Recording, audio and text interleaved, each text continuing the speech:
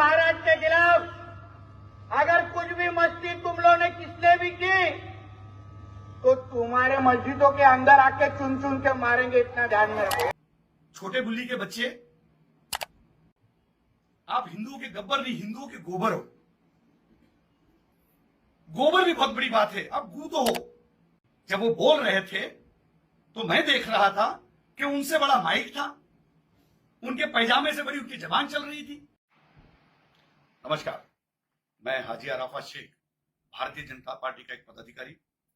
मैं महाराष्ट्र के मुख्यमंत्री जी एकनाथ शिंदे जी, महाराष्ट्र के उप मुख्यमंत्री हमारे नेता देवेंद्र फडणवीस जी से एक बात कहने के लिए मुखातिब हूं। मैं देवेंद्र जी आपसे पूछना चाहता हूं कि जिस तरीके से नीतीश राणे कुछ महीनों से मुस्लिम समाज के बारे में, मुस्लिम अल्पसंख्याकों के बारे में, अब तो हमारे पैगंबर के बारे में जिस तरीके से बातें करना शुरू की, कुछ दिनों पहले उन्होंने कहा नगर में कि मस्जिदों में घुस घुस के मारेंगे।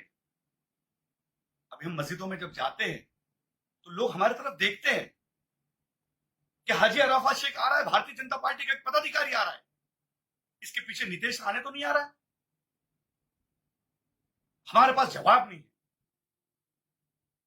मैं समझ नहीं सकता हूं ये कौन सा हिंदुत्व बताने की कोशिश कर रहे हैं, ये कौन सा हिंदुत्व समझाने की कोशिश कर रहे हैं। मैं भी मेरी जिंदगी हिंदुओं के साथ में रही, मेरा जीवन 25 साल, मेरे कई हजारों दोस्त हिंदुत्व है, कई हजारों दोस्त मेरे हिंदू है। मैं उनके दिवाली में जाता हूं, वो मेरे वहां रमजान में आते हैं। मैं उनका सत्यनारायण की पूजा में जाता हूं, वो मेरे वहां बकरीद में आते हैं। कभी हमने देखा नहीं, कभी ऐसा महसूस नहीं हुआ कि वो हिंदू और मैं मुसलमान हूं, और ये कहते हैं कि मस्जिद में घुस के मारेंगे। ये कहां का इंसाफ है, ये कहां की बात है, ये कौन सा हिंदुत्व है। मुझे लगता है कि नीतीश राणे को हिंदुत्व समझाना पड़ेगा, हिंदुत्व बताना पड़ेगा, इसको श्री राम का हिंदुत्व समझाना पड़ेगा, बाबा साहब अंबेडकर का हिंदुत्व समझाना पड़ेगा, माननीय बाला साहब ठाकरे का हिंदुत्व समझाना पड़ेगा। ये कौन से हिंदुत्व की बातें कर रहे हैं। मस्जिद में घुसेंगे और मारेंगे। आइए, कौन से वक्त में आएंगे। मैं कुरला में रहता हूं, फजर की नमाज में आएंगे, जोहर की नमाज में आएंगे, असर की नमाज में आएंगे, ईशा की नमाज में आएंगे, मगरिब की नमाज में कब आएंगे। आइए, हम आपका फूलों से स्वागत करेंगे।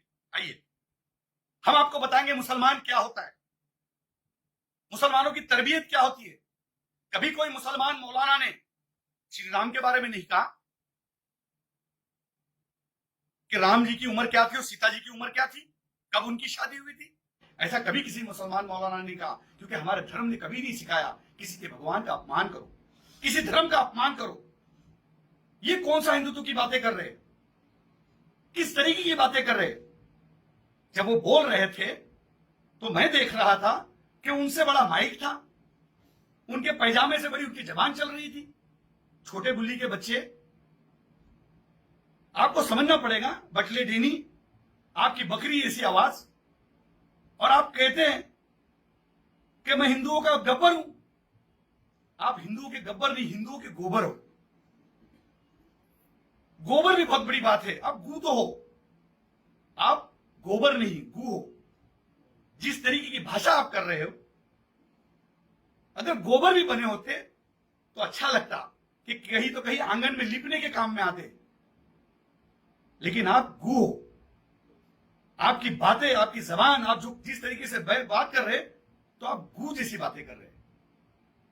पूरा हिंदुस्तान का मुसलमान और हिंदुस्तान का हिंदू भी आपको इसके बाद बटला डेनी और छोटी बुल्ली का बच्चा कह के पुकारेगा। इस तरीके की भाषा ना करो। आप क्यों कर रहे हो? क्या आपको मंत्री बनना है अगले मंत्रिमंडल में? आपके बाप को दिल्ली में मंत्री बनना है, इसलिए कर रहे हो? कितनी आइले कितनी गहले, सबको लगता हमीश पहले। ये बीजेपी है साहब, समझना पड़ेगा। आपके भूखने से ये सारी चीजें नहीं होगी। हिंदुस्तान का हिंदू भी समझदार है। मुसलमान जिस तरीके से समझदार है, वैसा हिंदू भी समझदार है। मेरे हजारों लाखों दोस्त हिंदू है। मुझे कभी ऐसा महसूस नहीं हुआ किसी घर पे जाते कि मैं किसी हिंदू के घर जा रहा हूं। मैं कभी गणपति में गया तो मुझे कभी ऐसा महसूस नहीं हो कि मैं मुसलमान हूं, इनके वहां गणपति में क्यों जा रहा हूं। क्योंकि हमारे धर्म में सिखाया गया है कि तुम दूसरों के धर्मों की इज्जत करो, यही हमारा पहला सबक है, तुम दूसरों के खुदाओं की इज्जत करो। यही हमारा मजहब सिखाता है। और तुम कहते कि मस्जिद में घुस के मारेंगे। अब जिन साधु ने कहा अब उन्होंने शादी नहीं की तो उसमें हमारा कसूर है। अब उनको नहीं पता कौन कितने साल की उम्र में शादी कर रहा है, किसकी कब शादी हो रही है। लेकिन हमारे पैगंबर के बारे में अगर इस तरीके की बात करेंगे तो ये ठीक बात नहीं है। माननीय मुख्यमंत्री एकनाथ शिंदे जी ने भी इसके ऊपर ध्यान देना चाहिए और मेरे नेता देवेंद्र फडणवीस जी ने इसके ऊपर ध्यान देना चाहिए।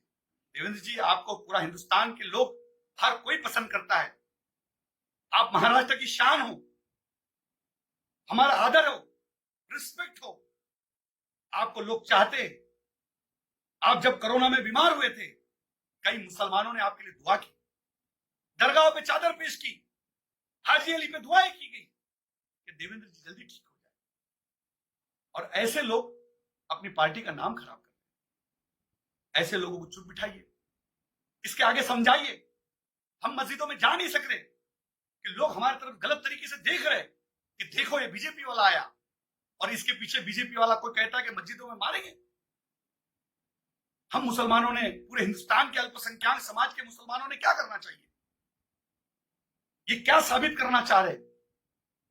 मैं नीतीश राणे से कहूंगा कि इस तरीके की भाषा ना करो। ऐसा ना हो कि और भी लोग इस तरीके की भाषा करना शुरू करें। आप जितने हैं उतने रहो। आप जब बात करते हो तो ऐसा लगता है कोई तीसरी चौथी का बच्चा बात कर रहा है। माइक से तो छोटे दिखते हो आप, आपसे बड़ा तो माइक दिखता है।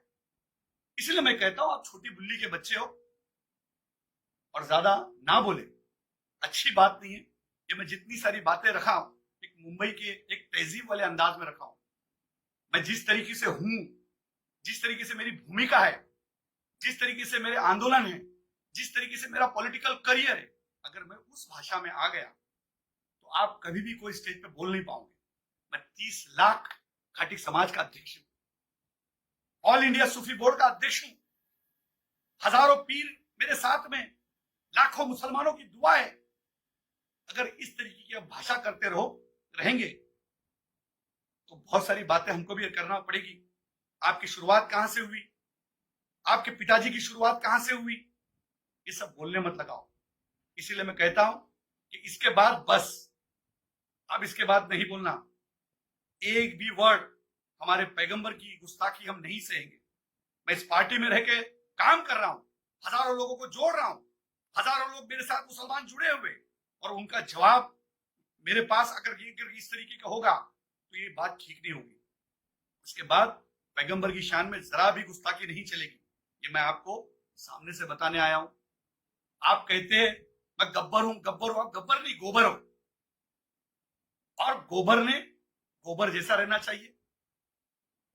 आप गू तो हो,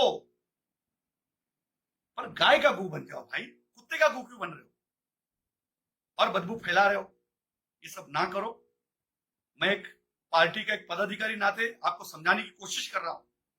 ऐसा ना हो कि और जबान निकले और कोई बातें तहजीब के बाहर चले जाए। इसलिए मैं आपको कह रहा हूं कि इसके बाद बस हो गया। आपने हमारे कौम के खिलाफ बहुत दिनों से बहुत सारी बातें की, हम नहीं चुप रहे, पर पैगंबर की गुस्ताखी हम नहीं सहेंगे। मैं माननीय मुख्यमंत्री जी से कहूंगा, माननीय देवेंद्र जी से कहूंगा, और मुंबई के अध्यक्ष मेरे दोस्त आशीष शेलार जी से कहूंगा कि आप इसे समझाइए, लगाम लगाइए। नहीं तो बहुत सारी चीजें लगाम लगाने हमें भी आती है। इतनी बात आपके सामने रखूंगा, बाकी की बात ब्रेक के बाद। जय हिंद, जय महाराष्ट्र, खुदा हाफिज।